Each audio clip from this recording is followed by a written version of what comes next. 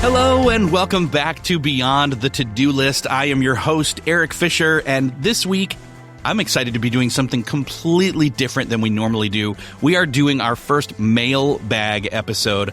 I got a bunch of great questions, and I'm also excited that I am joined by my editor, producer, Todd Bashong, longtime friend. We've known each other, how long? Over 20 years. Yeah, over 20 years. I'm guessing more like 25 at this point. But Todd, thanks for being here and being part of this episode. No, thank you. I'm excited to be here. It's fun to be back on the show. Of course, I was on the show quite a while back where we did a productivity pub crawl episode about remote working and working off site. And obviously, I've been involved editing the show for, a couple of years now, and also producing the show, brainstorming about the show. So this is something that we both kind of have been looking forward to and have always said, hey, we should do a mailbag episode because really, coming into 2024, one of the big emphases that we want to be thinking about is hearing from listeners and hearing what their needs are and, making the show a real practical productivity tool, for them as it's always meant to be and hopefully is. So hopefully people get a little bit out of this, and it's something that we're going to kind of continue to do, quarterly or a little bit more, just so that we can hear questions from you and feedback from you and the audience. Yeah. And I'm really excited because we got some great questions in. And by the way, if you want to have a say in this show, all you need to do is go to beyondthetodolist.com/contact.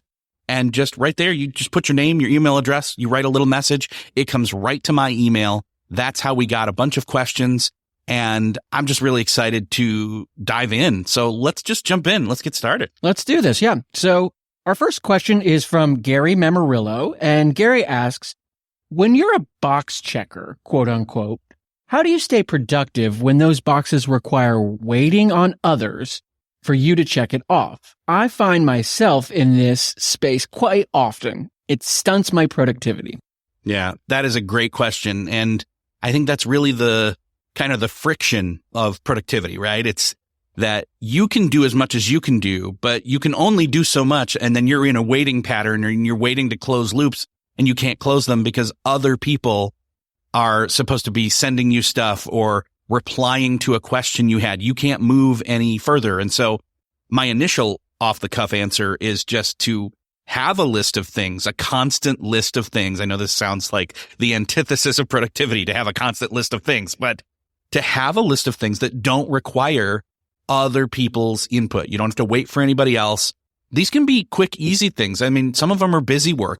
I think I remember somebody saying, this is where you go sharpen your pencils. This is where you go make sure that your keyboard and your mouse are charged up, and different, you swap out the batteries on certain things.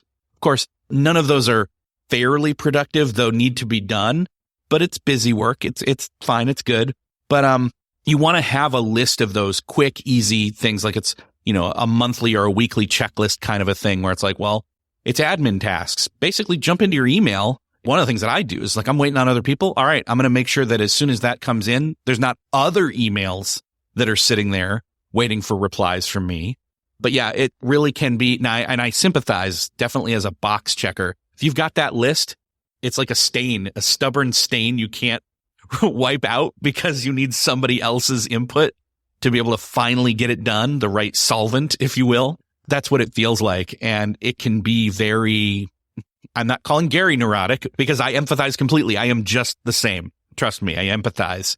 So I think that's it right there. I think the other piece, the flip side is there a way that you can either set artificial deadlines for them when you ask for things? I know that doesn't cure every instance of this when you're asking questions, but if you're waiting for somebody to give you a report, or if you're waiting for certain assets, or, insert here what you typically wait on from people, have artificial deadlines, and or this is going to require you to do a little bit more digging on self-awareness for you, which we'll get to later, the topic of self-awareness, I'm sure, for you as well as them. It's a relationship. How often can you remind them / repeat ask them for something without badgering them? And it's different with different people. It's different with you, and it's different with them. What's the threshold? Yeah, I know that you and I both really, really struggle with this because we work, in fields where we're constantly waiting on assets from other people to complete tasks. And one of the big things, that I've come to learn is just being consistent about accountability for I'm going to have my things done when I say that they're going to be done. And I expect the same for you.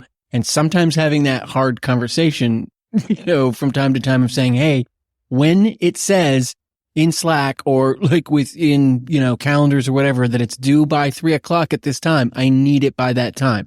If it's not done, because life happens, things come up, so if it's not done, just follow up with me and let me know. And then that little neuroticism of, okay, well, I know now and I can move on to something else kind of goes away. So I suppose that goes for everyone, not only other people who we get a little bit annoyed with waiting on them, but also ourselves, being sure like, hey, let's point this question at ourselves of what task am I not checking off or am I not being clear about with my, supervisor or team? Like just always boils down to clear lines of communication. Clarity of communication and clarity of expectation. Yes, absolutely. Absolutely. I hope that helps. All right. So question 2 comes from Katie Brinkley. Katie asks, what's your favorite AI tool to be more productive? I have a favorite AI tool, and you're aware of it as well. And it is called Cast Magic. We'll put the link in the show notes that you can check it out. I think it gives you a discount when you try it out. It's an AI tool designed to basically take any kind of audio or video asset, quickly give you a transcript, and then you can get notes or summaries or highlights or quotes or even suggested social media posts. I mean, if you've done any kind of chat GPT or language learning model type, you insert here and or ask it for something and it gives you something. This is doing that, but with pre-selected audio or video content. And I love it. We use it for this show. It really helps when it comes down to the blank page syndrome. You or someone else already created the thing, the audio or the video. But if you're the person that has to then do something with that asset and you don't know where to start and you're like, well, I haven't listened to it yet. I'd kind of like to have a framework before I go into listening or watching it to then promote it or market it or break it down into a teachable thing, whether it's a Zoom call from a meeting or presentation of any kind. Yeah. Any of these things. You can throw them all in here. You can even throw a bunch of them in there, group them together in what they call pages, and then ask questions as we're now accustomed to. We're over a year now into this whole chat GPT changed everything kind of air quotes thing. You can group them together and, secret here. This is a secret sauce for anybody who's learning to do better podcast interviews or research, or not just podcasters, but in general. Grab different videos from that person across the web, drop them in. I mean, you can literally drop in a YouTube link and it will grab the video, transcribe it. If I want to have Mr. Beast, so to speak, on the show, I could grab some of my favorite videos of his that I want and then pull them in. And then I can ask it questions. Give me questions about his, this, that, the other. And it will give me sample questions. Now, am I going to use those literal questions? No, that's a starting point though. And that's what I love about it. I mean, I have to just echo everything that Erik said here about this particular tool. I love it. I love that it collates all the information really that I need, splits it up into very easy breakdowns. Like Erik said, it'll give you social media posts. It'll give you, notes on something, can give you just, a synopsis or a summary. It is a fantastic tool for conquering that, blank page syndrome, which is something that I suffer from all the time. Let's say that I've edited like 4 shows in a row and then I've got to go and do show notes, for those. If I can just, take the audio from a show, throw it in, and it will get me started of going, okay, here is sort of your basics, adjust that. It is great. So I think that it's a really practical tool for anybody, that is in any type of creative space, not just podcasting, but anybody, who is creating any type of content, or even anybody who's just wanting to condense a lot of content into, one basic, easy to use space. So like Erik said, we'll have a link for that if you want to check that out. But, it's just a fantastic tool for all kinds of different creative endeavors. One other note I think is it's important to note that they've got a really robust Slack community. as well as inside of the site itself, there are a bunch of community prompts. You can see what other people are asking for it to do for their stuff. And then you can say, oh, I love the way that they've worded that and the results they're getting. And you can add that then to your custom prompts. So it's not just in a silo, it's a community type thing. So love it. All right. So the next question, actually, we got two similar questions from Jim Woods and Angie Robinson, both kind of having to do with self-awareness. So Jim asked, I believe one key component of productivity is self-awareness. So how do you intentionally become more self-aware? And Angie, with a similar question, asked, in your opinion, expertise, how does self-awareness play a role in your productivity? So obviously self-awareness has been kind of a key component of the show lately. We've talked a lot about that, but what does self-awareness, or how does self-awareness, factor into productivity, and how do we practice becoming more self-aware? Well, one, I think it's kind of ironic that we're talking about becoming self-aware on the heels of an AI tool question. But that said, honestly, I've been asked this so many times when it comes to the origin of this podcast. And I remember wanting to not just do a nuts and bolts, just productivity show. I wanted to always have the ethos of the show be that there is a portfolio of things that work for different people, that work for some and not others.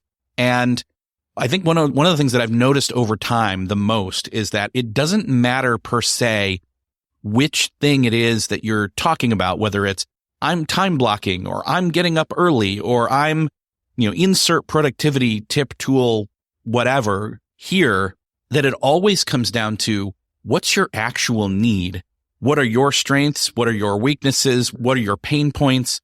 What are your skill sets that you have? And then that's how you can start to adapt and really grow into or figure out how your skills or needs are different from somebody else's. And even though they're saying, oh, this is my best practice and it works for everyone. No, it works for you and it works for others you've told it to, maybe for just a little bit of a time, right? But self-awareness, thing is like, for example, we've had episodes on the Enneagram. We had one in particular, Ann Bogle, and it's all about like 5 or 6 different, it's with Enneagrams in there, and then strength finders and a few others. And I think for me, one of the things that was really helpful for me was seeing how my Enneagram lined up with my strength finders, because they complemented each other. They were saying the same thing, but from a different angle, and they fit together. And by me understanding my Enneagram type and how I approach things helped me to then know, and for that matter, me knowing what other people's strengths or Enneagram types, whether that's a coworker or a family member, us knowing those things at a deeper level than just we have to work together, so let's just get along, or that person's a jerk, or I like them, and etc. By knowing how you can actually mesh together like gears that really work and stay well oiled, whether that's your own internal gears only or with others. That's the importance of self-awareness right there, let alone the fact that then you can take it to a deeper level and really address things that trip you up. Get out of your own way. Stop self-sabotaging yourself. Yeah.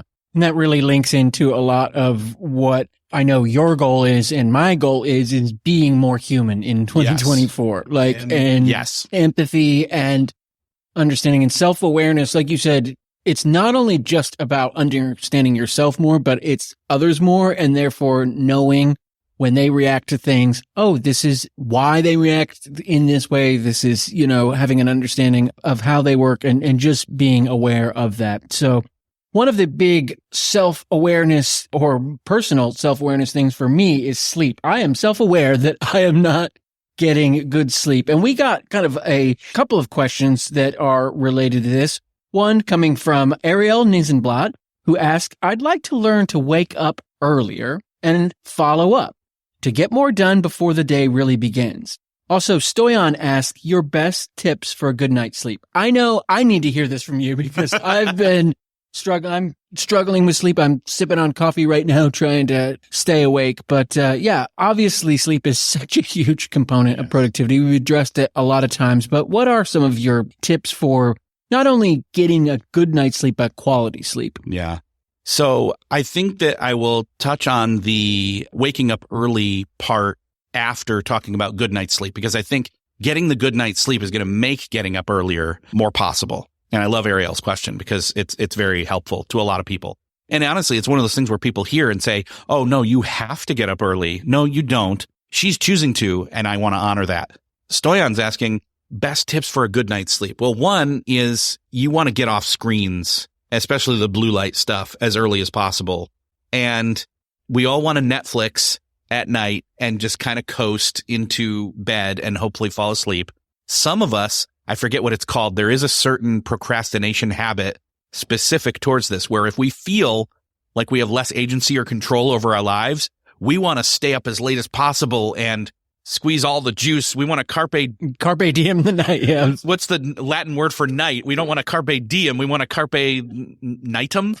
I don't know it. But if I did, I'd insert it here. If you know, let us know. But anyway, you want to seize the night. And so you want to say, no, I have control. I can stay up as late as I want to. I'm going to do it. Honestly, you're going to have more control over your day if you get better sleep. So you want to have a certain cutoff time. You want to say, like, let's see if people are playing this out loud. Hopefully you're just doing earphones, but voice devices that respond to you, like the Alexa or Siri. There you go. We have them set up in our house. We want to, because the thing is we forget, oh crap, it's already 9:30. What the heck? So I've got 2 alarms set. One that announces it's now 8:00. I want to know that it's 8:00. And then there's a follow-up that's 8:30.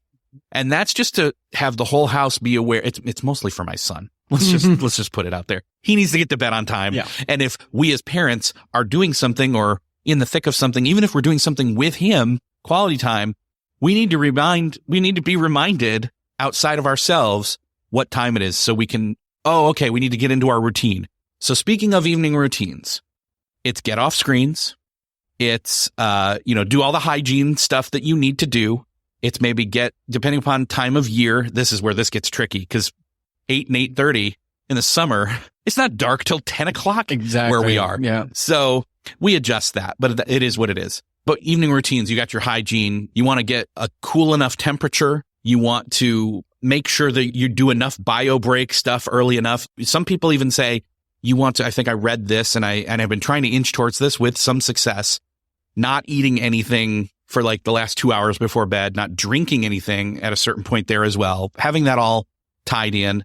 If you need to course correct and you've been off so far off your sleep schedule, take some melatonin, use it for like 2 weeks, get that into your system 20, 30 minutes ahead of when you want to lay your head down. Try to get your room as dark as possible. I mentioned 10 o'clock being not dark enough yet. We've got blackout curtains over the bedrooms that we close so that the rooms are dark, things like that. Physical activity throughout the day. Yeah. You get your heart rate up during the day. It dips lower during the night. You get much higher quality sleep. That's a no-brainer. That's a given. One of the other things I want to pull out is Dr. Michael Bruce, sleep doctor, and he's been on the show a number of times, and knowing your chronotype, another self-awareness aspect right there. Knowing your chronotype, whether you're an early riser or a late person, etc. There's 4 different types. I'm not going to go into it right now. I'll refer to that in the show notes to his 1 or 2 episodes. Just knowing what your tendency is, because if you're fighting against yourself to get better sleep, then it's going to be a fight, literal. So let's spin it over to getting up early. So the thing is if you get good sleep, you'll be able to get up early. But I also want to point out what I just said about chronotype and getting up early. So you kind of want to determine if that's even something you can be. Now you can force yourself to be a different chronotype. No problem. One of the best ways that I've found in terms of forcing myself, there's kind of 2 ways you can do this. You can either just say, okay, I'm going to white knuckle brute force it. I'm going to set an alarm that's not next to me in the bed, but I got to actually get up to turn it off, loud enough, whatever, and set it for as early as you think you need. I would say be careful about getting up too early. Maybe just do an hour or a half hour to start. So instead of brute forcing it, incremental. Yeah. Set it for a half hour earlier than normal. Do that for a week or 2. Then set it for another half hour. Like do it by a half hour increments over, 1.5, 2 week times. And you'll find that's easier to coax in with. I would also say have some sort of reward for yourself when you get up. If it's a coffee or just something. Well, I'd really encourage, if possible, getting exercise first thing in the morning. Like, obviously, seasonally, that can be really tough, when, the weather is tough. But for me, if I can, get out of bed, maybe make my coffee, but then get outside. And even if it's just a walk around the block, but, just getting my energy up a little bit, and getting into the day, that really, really helps a lot. Yeah. And I will even say there's people who've been on the show and said, I'll sleep in my workout clothes because then I jump out of bed and all I have to do is put on my sneakers that are by the bedroom door and I'm out the door. And I don't know that I love going to the gym in something I slept in, but I get the point. And I will say, I echo what you're saying. Getting some movement in first is very helpful. In fact, they say, and I think it's Michael Bruce that said it or somebody else, having coffee or caffeine first thing is actually kind of a placebo effect because naturally, there's something chemically in your brain that rises as soon as you do. And for the first half hour to 45 minutes to an hour, naturally rises and wakes you up anyway. And then you can kick in with the coffee or the caffeine. And then it's actually going to do something. Whereas you're just throwing good money after bad, so to speak, right out of the gate. So it's better to get physical activity, definitely some hydration and water, then do work, if that's what you're choosing to do. And I totally get what Ariel's asking for here is she wants to get some stuff done before everybody else is trying to throw stuff at her for the day. So very helpful. Yep, for sure. And, again, it does, not to sound like a broken record here, but it does go back to the self-awareness of what does work best for you. Oftentimes, I think people can beat themselves up and be like, well, I need to get up earlier and get things done earlier because that's just what a productive person should be, an early riser. If that's not what your chronotype is, if that's not how you operate, that's fine. It's about being aware of that and finding what times of the day are best for you to engage in deep work and what times of the day are best for you to engage in sort of mindless administrative work and what times of the day are best for you to engage in just relaxation and entertainment or just self-care. So it is fine if you are a night person as, one night person to others. Yes. Like night people unite. We are not second-class citizens because we don't get up at the crack of dawn and get things done. So. All right. So our next question comes from Phil. Phil asks, what do you do when a productivity tool that works for others becomes the organization's productivity tool and now your personal productivity suffers? Oh, Phil, I know what you're feeling. I know where you're going here. I've had this happen before. I won't name any tools outright because I don't want to tool shame. I think that's, you know what? Hey, trademark. I think nobody's used that moniker before, tool shame, but you heard it here first. That said, it's one of the things people ask me often is like, which productivity tool should I use? And I always say the one that works for you or the one that you'll actually use. The issue here is, what if the organization that you're working in or with is using something that does not work for you? So I've had this happen before. And I think really it's all about expectation and knowing what others' expectations of that tool or you using that tool ends up being. Let me kind of explain what I mean here. What I mean is that there's probably a baseline, like there's a reason they chose the tool. And you may not need to use the tool as much as you think you do. You can probably get away with, and again, I'm saying you've got to really do your homework here to figure this out. And again, this is self-awareness on your part / their part. You've got to figure out clear communication, clear expectation. Like we said earlier, you need to figure out what expectation they have from you of what you're putting in that system. Once you know that and you know it's non-negotiable, then you know what you have to put in there. Then I would say, go do your own tool. Use your own thing in order to get what you need to get done. And I know that's a little vague, but you know what's going to work best for you if you've done your self-awareness homework. Then you can take that thing and metaphorically put it on their table so that they can do whatever it is they need to do with it. Honestly, it's a tough situation to be in. I empathize completely. Often we don't think about all the questions and aspects of a tool when it gets implemented. You or somebody else weren't brought in. I've been there where the buy-in or the feedback or whatever you want to call it, the ownership, you weren't part of the decision-making process. And they weren't thinking about all the ways that tendrils of the tool and where it goes into and what it connects to and all that kind of stuff. It just often gets overlooked, and it's not anybody's fault sometimes either. It's just they weren't aware. And there we go again. It's just that awareness. And so I would say maybe bring up some of that awareness, maybe say, hey, this doesn't work or this breaks this or whatever. You know your best judgment towards bringing that up. And if you then have done that and can do that, great, and some change happens. Otherwise, I'd say default to what I said earlier. Figure out what the bare minimum is they need from you in that system and put it in there, but figure out your own way to get that done and then in there. I'm going to ask you this, Eric, and I know you didn't prep for this, but what are like one or two big no-nos that, bosses or, administrators need to avoid when using productivity tools? I know oftentimes I'll get Slack messages at, terrible hours. Sometimes, I'm CC'd in on things that I'm not a part of. What are just a few tips, for team leaders and for, people that are using these tools to try to avoid? I would say you've got to have a clear expectation. Again, it goes back to that expectation and communication.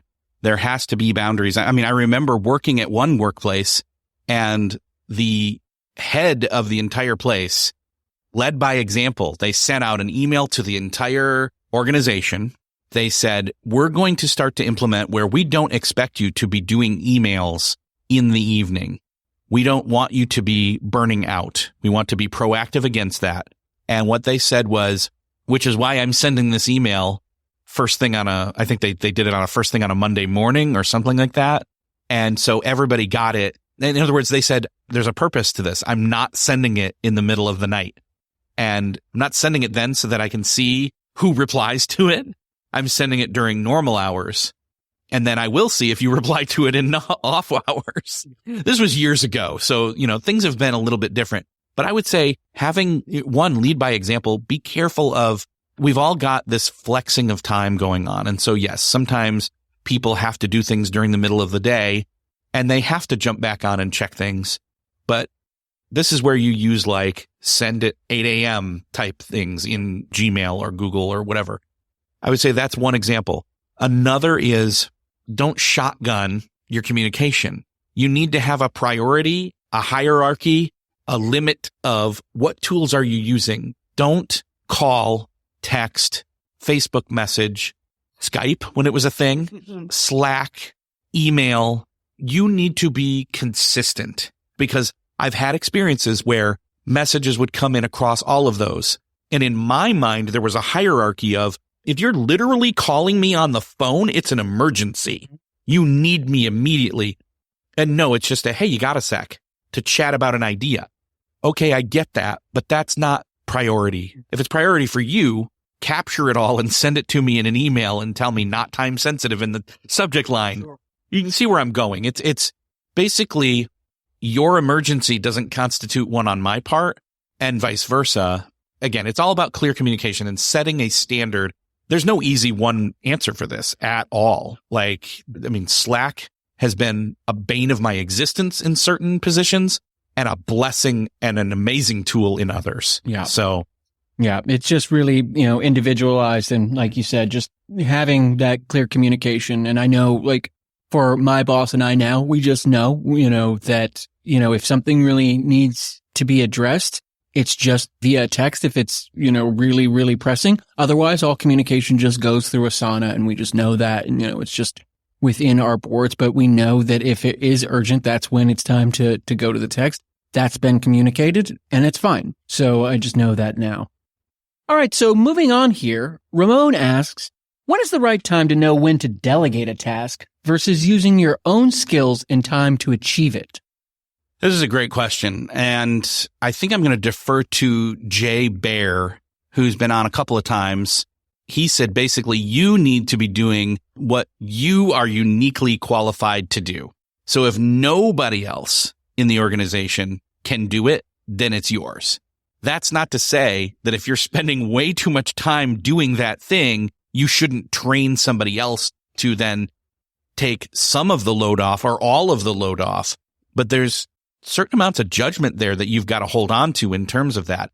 How about this? Let me throw this as a real life scenario here that you're not prepared to answer, which is I knew for a long time it would help me out if I had somebody editing my show. Now, that's not to say I didn't for the first 7, 8+ years learn a lot about podcasting and even my own voice and improving that as I edited my own show and listened back to me and what I said and how I said it. And even as I'm editing, thinking, oh man, I missed the opportunity for a follow-up question there. I learned a lot, but I also knew it wasn't sustainable. I needed to offload it / delegate it to somebody else. And once I knew you were capable, not just capable, but trustworthy, because I knew you were a podcast fanatic. You love podcasts. And 2, I knew you had an ear for quality. And then 3, we'd known each other for a very long time. So there was trust there. Then we worked through the process. And so speak to that a little bit. Like, tell me what that was like. I know what it was like, but tell them. Well, I think that, anytime when it comes to delegation, this is going to sound a little bit simplistic, but it's always important for people to realize that it's the classic, I do it, we do it together, you do it alone. I think oftentimes when we delegate tasks, we just say, okay, this is what I need you to do, and I'm just going to offload this on you, and please do it. And we don't take the time to do the task together and to be clear about what the expectations are, what the processes are, what some of the, little snags that are going to come up are. And what I loved about starting to edit it for this show is that we were able to do quite a bit together first, where it was like very clear of, okay, here are my processes. Maybe yours will be a little bit different, but here's how I do it, and here are some of the snags and things that you'll, need to expect. Here are the tools that I do. And again, the communication lines were open and the trust was there enough to be able to be like, I don't know what I'm doing. And for a little while, it was rough because, whenever you're taking on a new thing and just be like, I don't know how this thing works. And, or I'm not exactly sure, how you import this file and actually convert it using this tool or that. So that's really just a long-winded way of saying delegation doesn't mean just offloading onto somebody.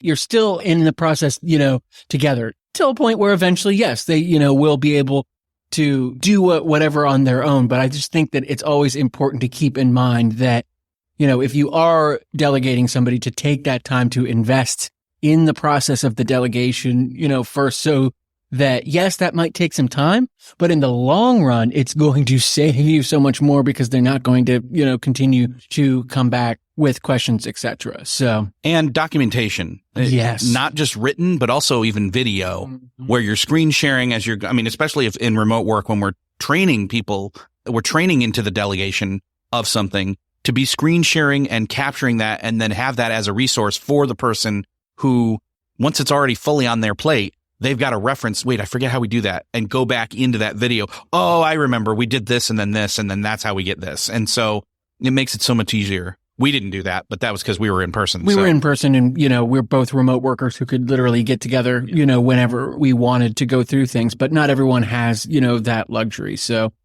Ramon, it is tough knowing when to delegate sometimes.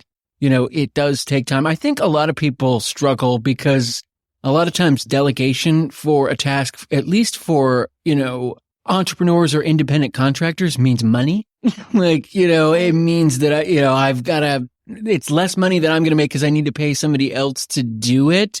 But it's also wrapped up in your identity a bit too. It's a bit hard to disconnect that thing you do from the thing you are or who you are. Yeah. So I think that's a little bit of a struggle too. But again, self-awareness, you keep ringing that bell. Keeps coming, back to that. So, but, definitely, I think, there is a time and a place for delegation. And, in the end, if you do know that your day could work better delegating a task, then I definitely would encourage you to go ahead and take that step. All right. So interesting question here from Jim Jonas. Jim asks, Amazon does no maintenance on their conveyor motors.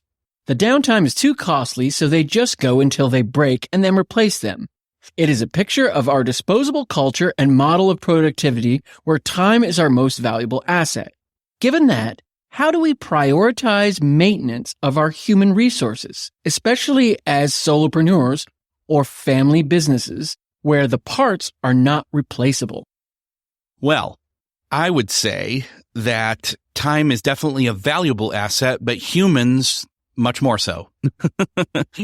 I mean, I really think this comes down to humans and burnout, and the fact that it can be very hard to see that burnout is happening as it's happening. You typically only feel that it's happened when it's happened, not as it's happening. In other words, you hit rock bottom, or you're so close that you're reaching out your hands to stop yourself from slamming into the ground on rock bottom, that you're already there.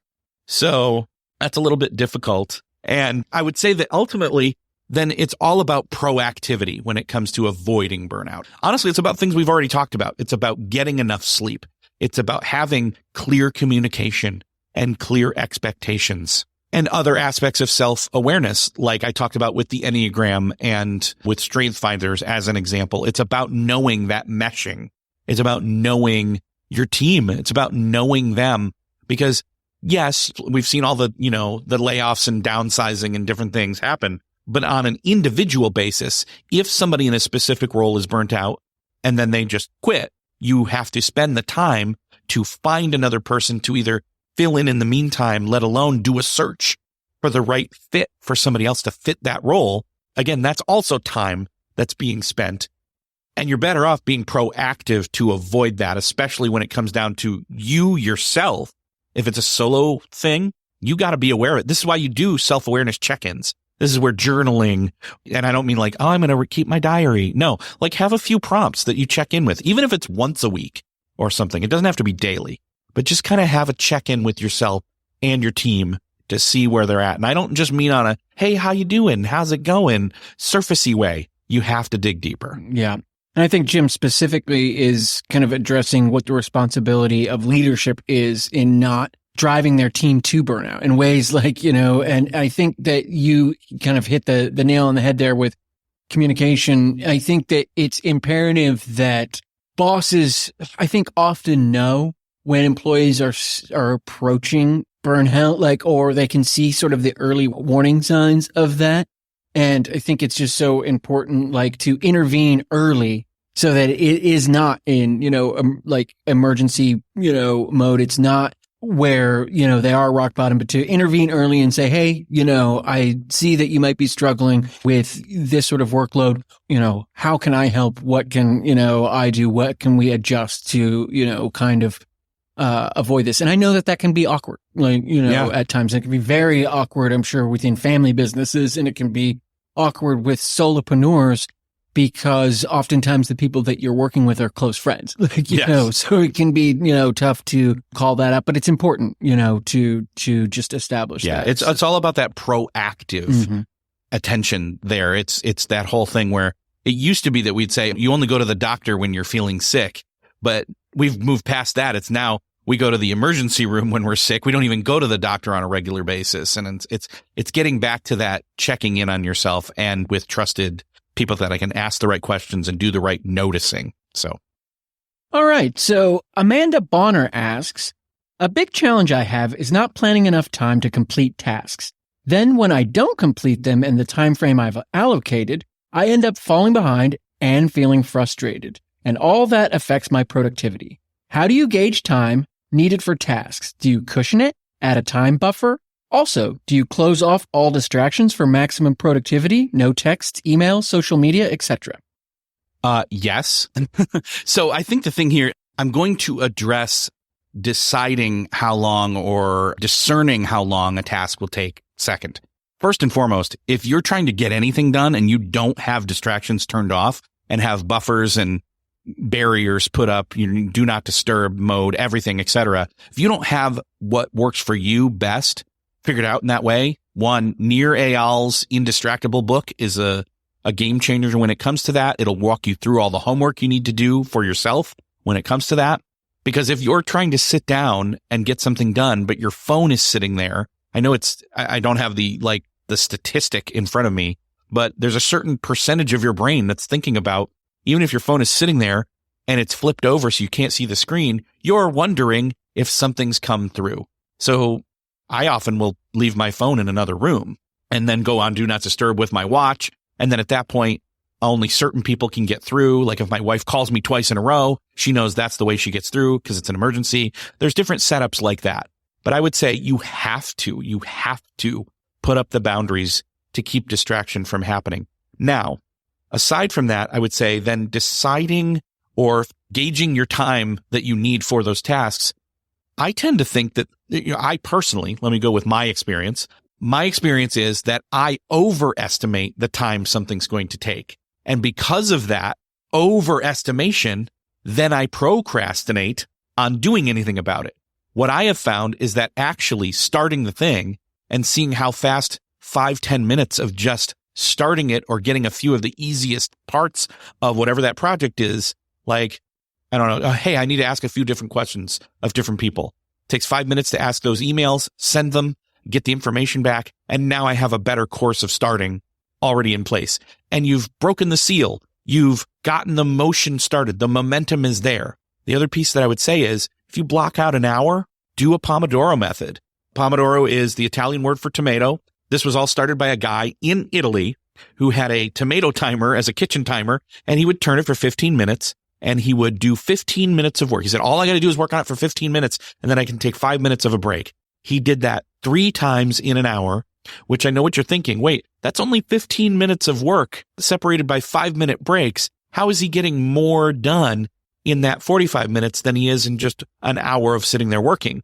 It's because if you're sitting there working and you're feeling the pressure of having to sit there and, again, white knuckle it through an hour, your momentum, your attention, your energy are all dropping as you sit there.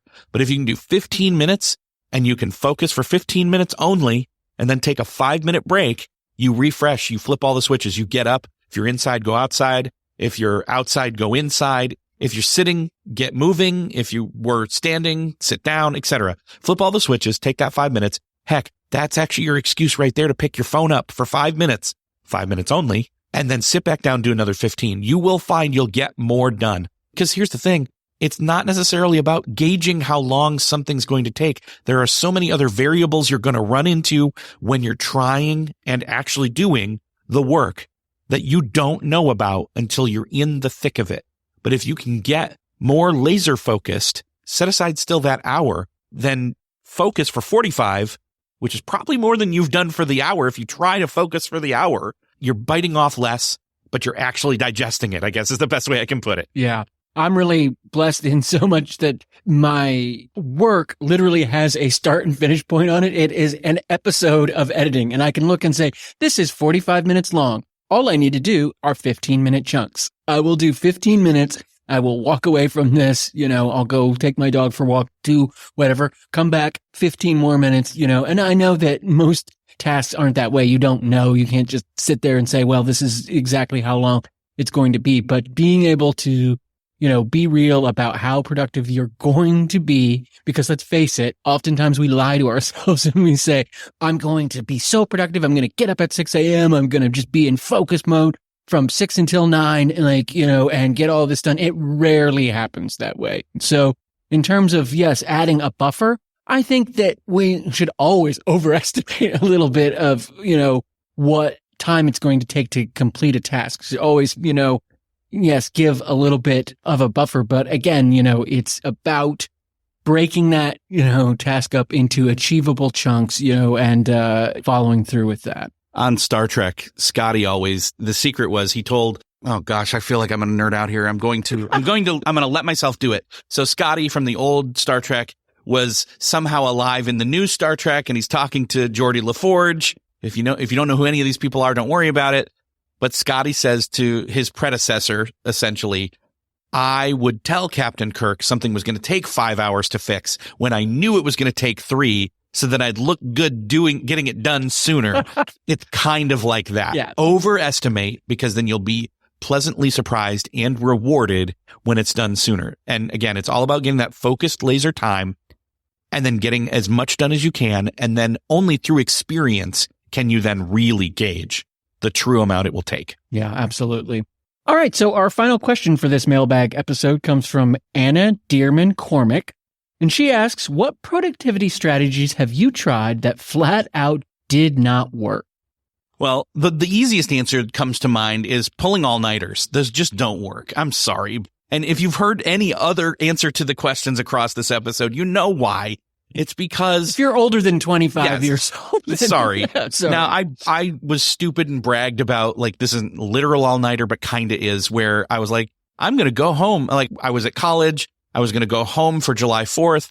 I was up till almost midnight, and I was, like, doing fireworks, and then said, all right, in the morning, I'm going to leave, but I'm going to pack real quick now. And I started throwing my stuff in the car, and then I just jumped in the car and started driving. It's an 8-hour trip. I took a half-hour nap about an hour in and then just did the rest of it. I am not that young.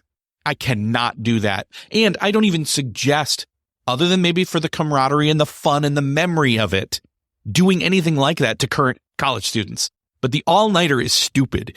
It is you depleting your resources over time and getting nothing done. You cannot write that paper and have it be coherent. I mean, if you're drafting it, but again, if you're at the point of doing an all-nighter, you're in desperation mode probably. So I think the thing that rubs me wrong about the all-nighter is the thing that rubs me wrong about hustle productivity in general. Like hustle productivity that just says you're going to put your nose to the grindstone and you're just going to work. And that is how you're going to produce. And I just don't subscribe to that. I don't either. It's always rubbed me the wrong way. I've always thought of it as car salesman-like when there wasn't a hustle culture term attached to that ethos. And I know there's people out there that are like, I need a productivity show that's going to just show me how to hustle in the margins. And, you know, I'm going to be up early and I'm going to be working when no one else is because I want to be successful. But the thing is, it's not an us or them thing. It's all about how you do you best and not how they do them. That's not to say like you as listening in on the answers to these questions that we've gone through today aren't learning practical steps in hearing these answers to these real life questions, but you have to adapt them to you. It's about doing what's best for you. There's no silver bullet when it comes to productivity. So the all-nighter is one obvious one that sticks out to me.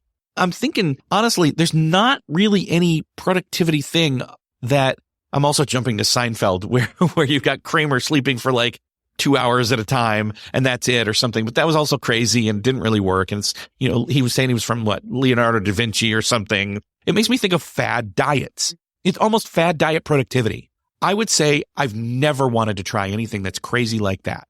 But I will say that having a portfolio of things that may have worked at one point for you and coming back to them in a different season of life is great. Because again, it's not just about what works for you versus someone else. It's about what works for you here and now. There are literal seasons of the year, and then there are seasons of life. And so for me, example, I know I need more sleep during the time when it's much darker out. We talked about that earlier, where it's like it's dark till about 8:30 or something in the morning, and then it's dark at like 4:59. Yeah, it's like right around. It's like not even 5 o'clock, and it's dark. And so the amount of sun that is out and the way that affects me, and the only way that I really found to counteract that is get more sleep and quality sleep. So I have to adapt to that. And we're in that mode right now. And I'm actually feeling like I'm handling it better-ish than usual. That's good, but that's not how it works year round. So again, it's about having that awareness and that portfolio of stuff to come back to. So any other thoughts? No, I mean, I think that that's, you know, very, very true. And I think that, like you said, try things. There's nothing wrong with trying, you know, all kinds of different productivity hacks or strategies, but go into those always knowing that it's not a silver bullet. Like it is, like you said, just another sort of file like in your portfolio to use. But there is, you know, no one productivity strategy that works for everyone. And again, works at all seasons. It's about, you know, trying different things. You know, here we are, just record on repeat again, but being self-aware of what does work for you. But yeah, I mean, it's definitely a good question, you know, but I think that unfortunately, no, there's not one, you know, strategy that we can throw under the bus other than maybe that all-nighter. Yeah. But so, man, this was fun. This was fun. I really like doing this, and I cannot wait to do it again. And in fact, we are going to do it again. And so we need more questions. If you enjoyed this episode, I would love for you to head on over to beyondthetodolist.com/contact and you can drop your name in, your email address, write a message, leave us your question. And in fact, that's also where you can go if you have like an idea for a topic for a show. You want us to do a deep dive on something, or, a past guest or a future guest that you want to suggest. That's also where you can do that too. But again, beyondthetodolist.com/contact, and we will store up those questions, get them ready and prompted and ready for a brand new episode of Mailbag coming up. Thank you so much for listening. And if you found any of this helpful, which I hope you did, if you found any of these questions particularly helpful, do me the favor of sharing this episode out. Share it on social, hit share in your podcast player app of choice, wherever you're listening to this, and let others know about it. Thank you so much for sharing. Thanks again for listening, and we will see you next episode.